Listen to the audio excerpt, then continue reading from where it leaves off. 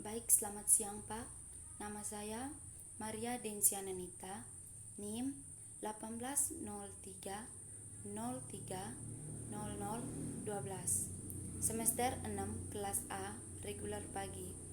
Baik, di sini saya akan membahas mengenai review buku pertama dengan judul Intervensi Kemanusiaan yang Tidak Resmi dalam Dunia Politik dan Dampaknya bagi Masyarakat Internasional. Kemampuan masyarakat internasional dan aktor utamanya untuk menangani pelanggaran hak asasi manusia dan melakukan intervensi kemanusiaan resmi untuk menyelamatkan orang asing. Ini mencapai tonggak sejarah dengan intervensi NATO pada tahun 1999. Namun, intervensi khusus ini belum diizinkan. Bertepatan dengan praktek intervensi kemanusiaan, muncul wacana intervensi kemanusiaan demi mencapai tonggak sejarah yang paralel dengan pembentukan Komisi Internasional untuk Intervensi dan Perundingan Negara.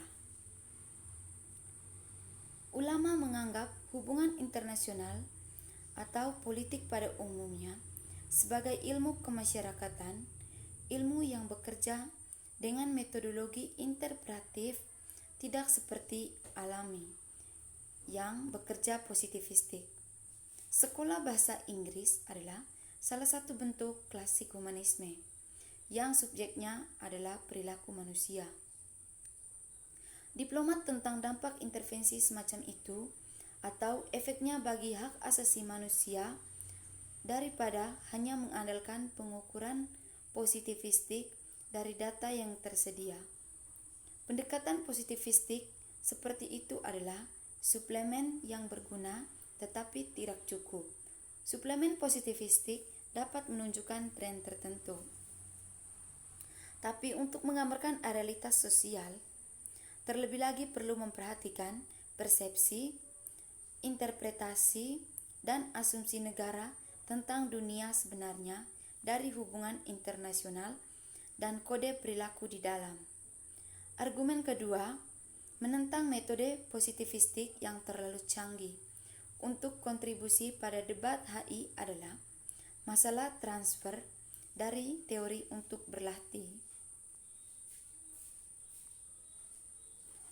Pendekatan interpretatif dan penjelasan dibandingkan dengan yang positivistik oleh Jackson adalah tugas yang mudah untuk menggambarkan apa yang dikatakan dan mungkin dipikirkan oleh para negarawan.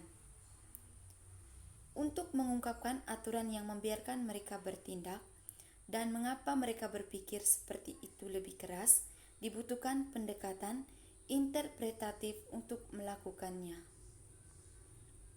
Teori masyarakat internasional. Masyarakat internasional menyadari potensinya kekuatan besar untuk berfungsi sebagai instrumen untuk pemeliharaan internasional ketertiban, di mana hak dan kewajiban luar biasa dikaitkan dengannya, yang mungkin diklaim oleh masyarakat. Hukum internasional adalah korpus aturan itu akan menertibkan hubungan internasional dan untuk alasan ini telah ditetapkan oleh masyarakat negara sebagai hukum yang mengikat antar negara. Intervensi kemanusiaan dalam teori kebanyakan negara tidak akan cenderung untuk melakukan intervensi kemanusiaan kecuali kepentingan nasional mereka secara langsung atau tidak langsung terlibat. Hukum internasional tunduk pada 4 batasan. Pertama, lembaga ini tidak harus ada untuk pemeliharaan tatanan internasional. Sejak pesan bisa juga bertumpu pada keseimbangan kekuatan. Kedua, dalam keadaan normal, itu hanya berfungsi retroaktif atau pasif dan tidak dapat berkontribusi untuk ketertiban di dunia internasional. Masyarakat nasional tanpa diplomasi atau perang. Satu-satunya cara aktif adalah seperti yang disebutkan di atas, perilaku timbal balik negara. Ketiga, kepatuhan yang ketat terhadap interhukum nasional dapat menyebabkan ketidakstabilan hukum internasional jika keseimbangan kekuasaan akan dipengaruhi dengan mematuhi surat-surat hukum. Keempat, bagian interhukum nasional mungkin juga memiliki agenda lain selain pemeliharaan internasional. Debat intervensi kemanusiaan.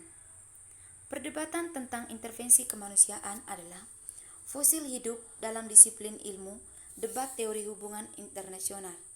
Namun, ini cukup jelas. Filopolitik Soppers telah berurusan dengan pertanyaan, apakah ada hak yang harus ditegakkan seluruh umat manusia secara keseluruhan dan tidak hanya dalam satu negara, kekaisaran, kerajaan, dan begitu pun seterusnya selama ribuan tahun.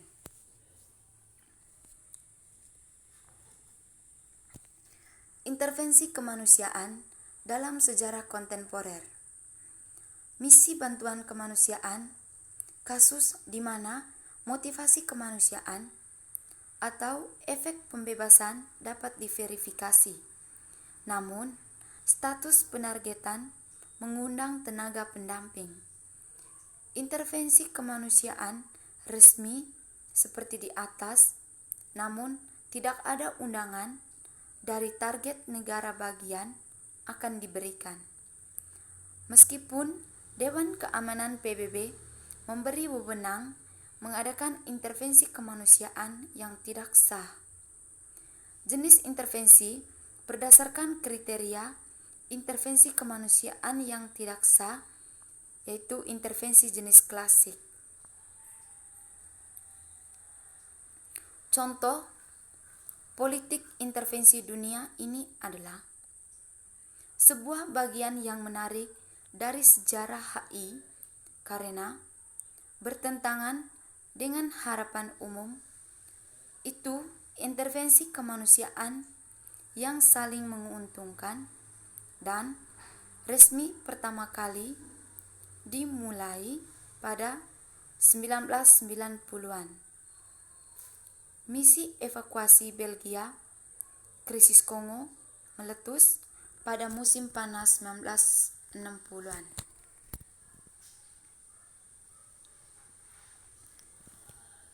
Masyarakat internasional tidak ingin supaya seseorang mengambil keputusan atas namanya atau menjadi polisi dunia. Sejarah, terutama perang-perang yang diikuti oleh Amerika, menunjukkan bagaimana masyarakat terbelah setelah intervensi militer dan konflik berkepanjangan dan destruktif yang diakibatkan olehnya. Hak asasi manusia dan hubungan internasional. Secara harafiah, hak asasi manusia atau HAM dapat dimaknakan sebagai hak-hak yang dimiliki seseorang karena keberadaannya sebagai manusia. Hak-hak ini bersumber dari pemikiran moral manusia dan diperlukan untuk menjaga harkat dan martabat suatu individu sebagai seorang manusia.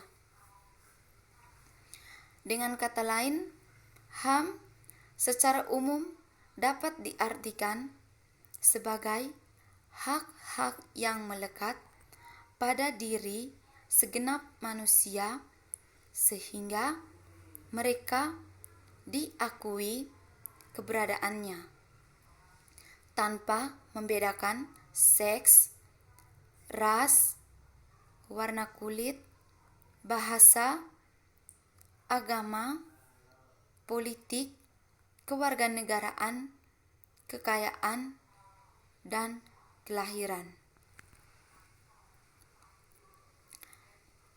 Isu mengenai hak asasi manusia merupakan suatu tuntunan kemanusiaan.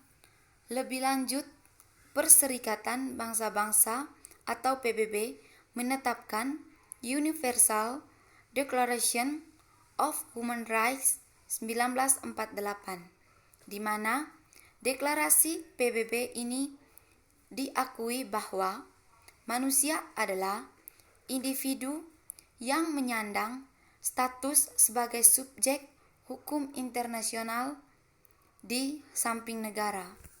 Sekian dan terima kasih, Pak.